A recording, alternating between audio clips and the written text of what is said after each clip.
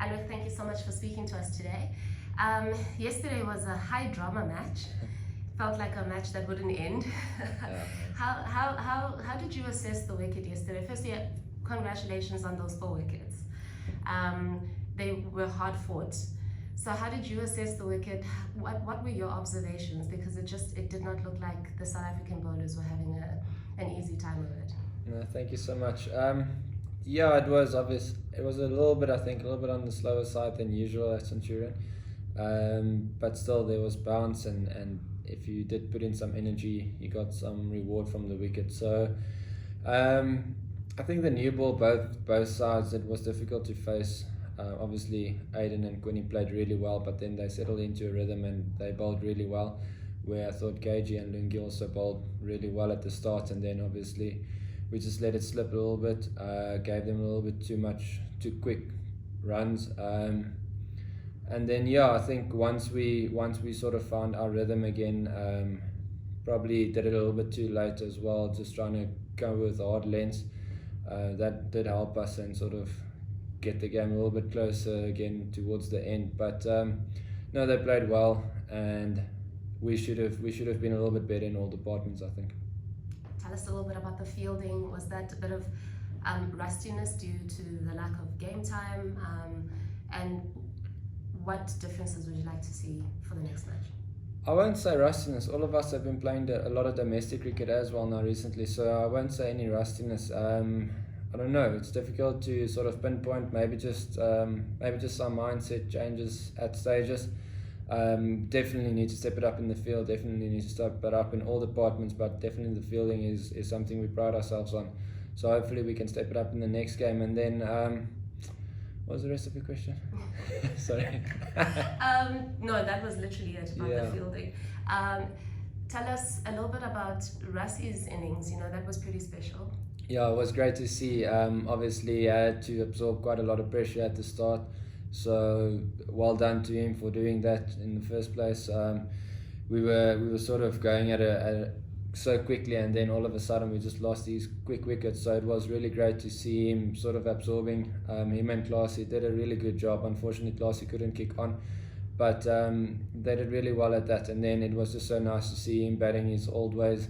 I've been on the receiving end quite a couple of times with those sort of sweeps to fast bowlers where he puts you on the bank. So it was really nice to see that, and all credit to him for batting the way he did. He definitely gave us something to try and defend. Your assessment of the batsmen. I mean, we got a really good start up front, with the openers, and then there was a bit of a lull, but it was really good to see the middle order picking it up and carrying the innings through. Yeah. You're talking about our batting? Our batting. Yeah.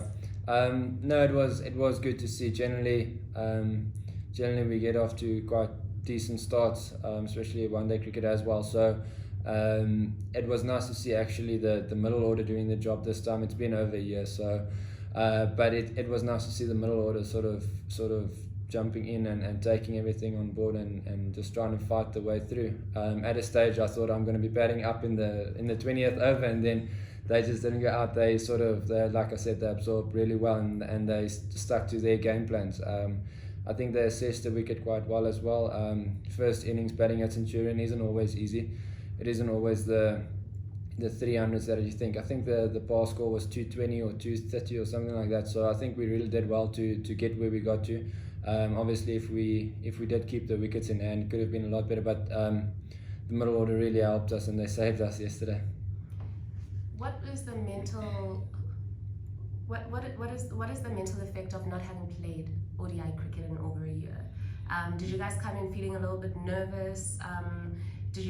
What was the feeling behind the scenes just approaching game one? Yeah, I can't really speak for everyone, but chatting to one or two guys, myself as well, I haven't played.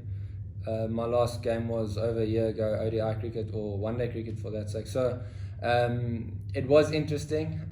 Leading up to it, I remember like focusing a lot on change-ups and on like sort of what you get in T20 cricket. That's the thing we've been playing a lot if we have played. So I think focusing on that was quite a big thing for me. And then once the game started, you realize that this is actually closer to a test match than a T20 game, like what you have to do. So Yeah, it's just the mentality.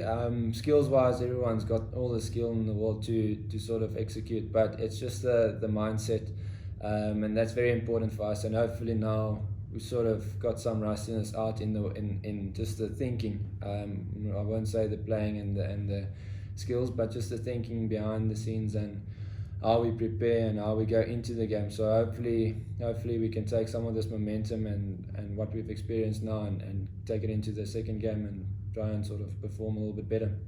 You took those 4 wickets. Tell us about just the thought process, because it was a bit difficult in the beginning, and then you started yielding wickets. And how did you go from there? What is the thought process in the middle of a match? What do you do?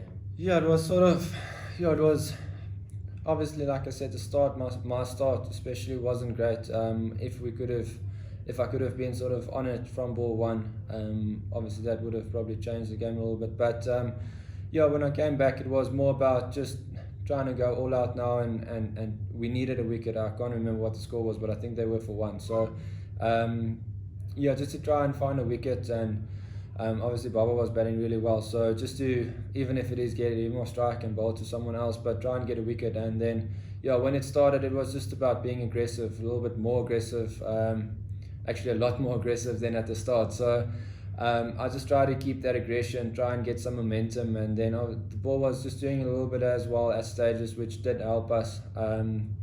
Just so that it's not coming on straight to the bat. That's all you need, is a little bit of movement. So definitely helped us, but I think just the mindset of the aggression was the main change for me. And then that sort of got the team, gave the team a little bit of momentum as well going towards the end.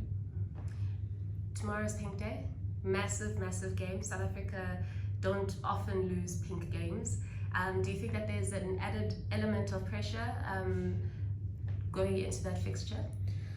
Over and above the fact that South Africa's 1-0 down in the series. I was going to say no. I think either way there's a lot of pressure on us to perform tomorrow. So Pink Day is always a great day. It's a great initiative, and really want to sort of, when you do those days, you really want to perform well. You really want to do your best. But either way, getting a win, it's very important for us. We're obviously playing for points as well, and we really want to sort of step it up and make a point.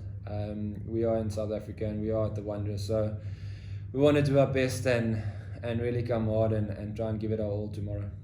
Was it disappointing to lose the match at SuperSport Park, which is known as the South African stronghold? Yes, definitely, especially against the subcontinent team that I'd say we back ourselves most of the time to sort of do well at that ground and at these 2 grounds. So it was a bit disappointing, but lessons learned, and hopefully we can take it from there.